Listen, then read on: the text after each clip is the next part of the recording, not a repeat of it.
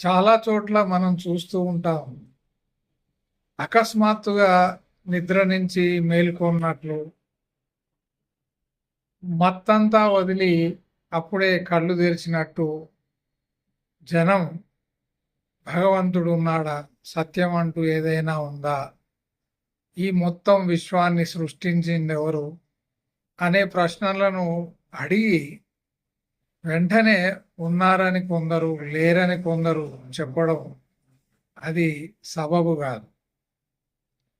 నువ్వు చేసినటువంటి ప్రయత్నం ఎంత, నీలో తెలుసుకోవాలనేటువంటి ఆసక్తి ఎంత, దాని తీవ్రత ఎంత, ఎంత శ్రమించావు సత్యాన్ని, భగవంతుణ్ణి తెలుసుకోవాలని. ఒక 500 రూపాయలు సంపాదించాలనుకునేటువంటి ఒక శ్రామికుడు, కూలీ చేసేటువంటి వ్యక్తి 8 గంటలు ఎండలో నిలబడి కాయ కష్టం చేస్తాడు. అలాంటిది సృష్టికే మూలమైనటువంటి శక్తిని మనం తెలుసుకోవాలని అనుకున్నప్పుడు మరి ఎంత శ్రమించాల్సి ఉంటుంది, ఎంత తీవ్రత అక్కడ అవసరం, ఎంత తీక్షణత అవసరం, అది మనం గమనించాలి.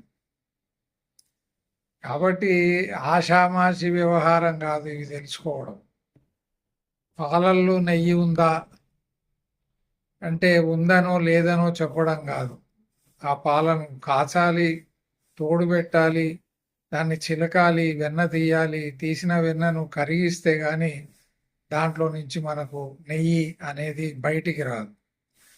అలాగే జీవితాన్ని శోధించి మధించి అహర్నిశలు తపించి తనంతాను పవిత్రుణ్ణి చేసుకున్నటువంటి వ్యక్తికే ఇవన్నీ బోధపడేటువంటి, తెలిసేటువంటి అవకాశం ఉందని మనం గ్రహిస్తే మంచిది.